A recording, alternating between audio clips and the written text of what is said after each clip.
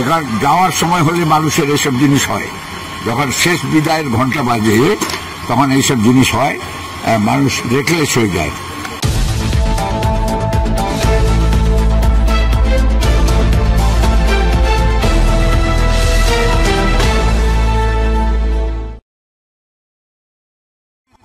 লোককে ভালোবাসে তাহলে চলে সব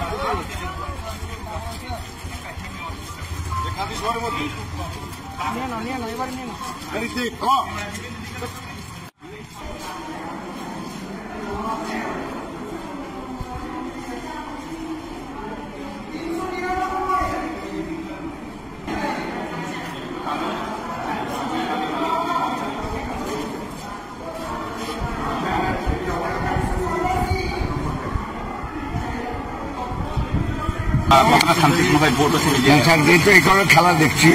ওই যেহেতু 1 নম্বরে সৌভাগ্য আছে, আমার সুন্দর করেছে, ওটা অন্ধকার আর বাকিটা আলো। 2 নম্বর থেকে আলো পড়ছে, 1 নম্বর থেকে আলো নেই। অভিযোগ উঠছে বলে মনে হয় ওসব ছোটখাটো করে কি আটকানো যাবে?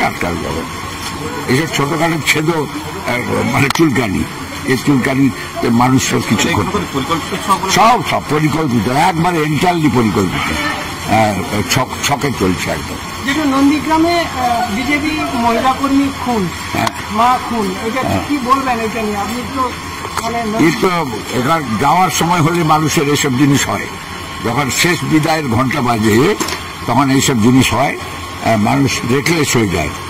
যেখানে সেখানে ক্যান্ডিডেটদের আটকানো, লক্ষণ করা, তো একবার একটা ইতিহাস, মানে ভাবা যায় না যে এই ধরনের ঘটনা ঘটতে পারে।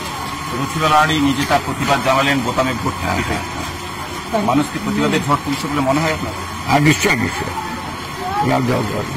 আমাকে যাও। বিভিন্ন জায়গায় দেখা নন্দীগ্রাম থেকে তৃণমূলের উত্থান হয়েছিল, আবার সেই নন্দীগ্রামেই মমতা ব্যানার্জি 21-এর ভোটে পরাজিত হয়েছিলেন। এবারে 24-এ কি হবে নন্দীগ্রামের রেজাল্ট? নন্দীগ্রামের রেজাল্ট বাম্পার রেজাল্ট হবে, আনএক্সপেক্টেড একটা মার্জিন হবে নন্দীগ্রামে। তৃণমূল অভিযোগ করছে তাদের রেজাল্টকে অনেক জায়গায় বসতে হয়নি। কে অভিযোগ করছে? তৃণমূল। সেটা কথা ছাড়বে, রেজাল্ট পেলে বসাবে, না পেলে করতে পারবে।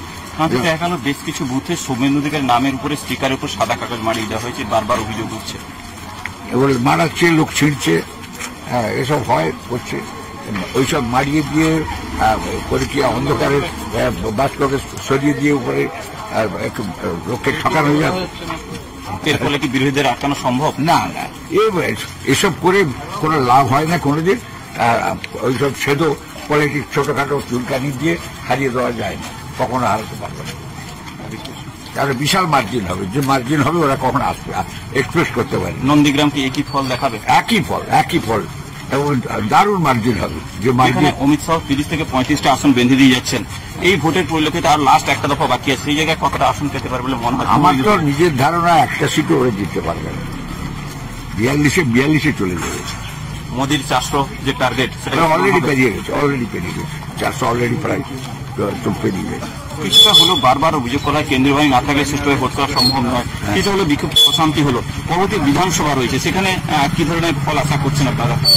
বিধানসভা মানুষই